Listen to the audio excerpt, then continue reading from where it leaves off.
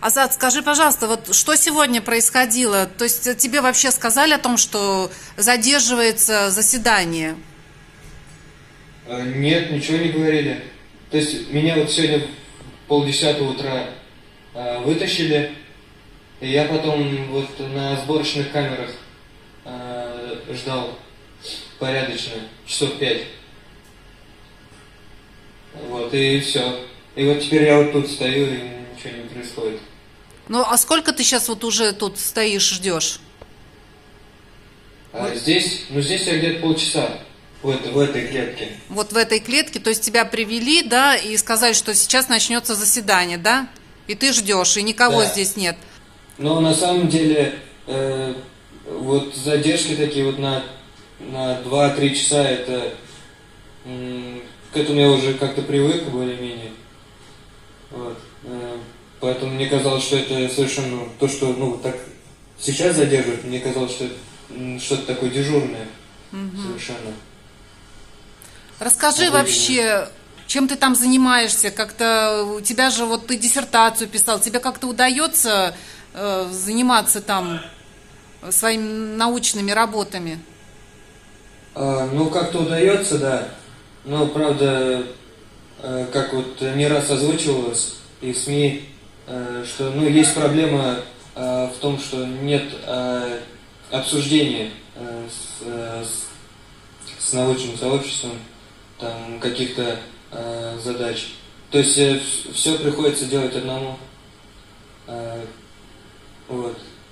Это такая, наверное, самая основная проблема. Не хватает общения, обсуждения, да, с коллегами? Да.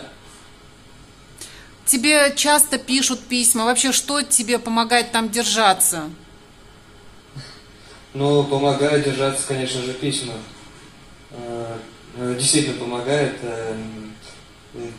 Честно говоря, вот когда я вначале заехал, я заехал в СИЗО, и я тогда еще как-то так скептически относился к письмам. Вот. Я был признателен, но мне казалось, что это лишнее, в общем.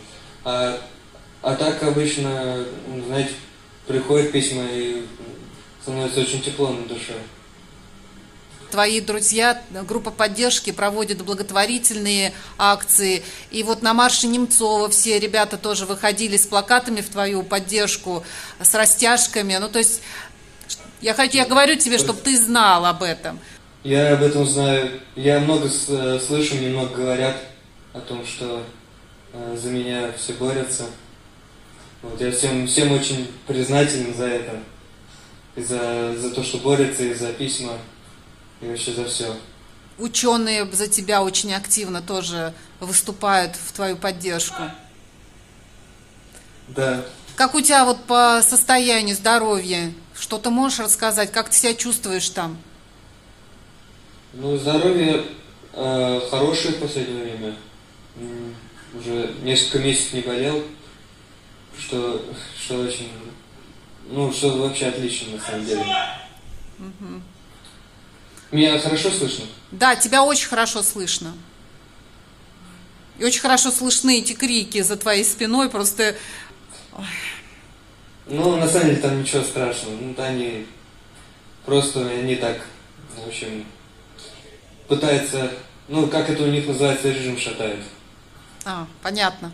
А скажи мне, вот у тебя скоро, тебя продлили арест, получается, до 7 апреля, да, сейчас под стражей? Вот последнее заседание было.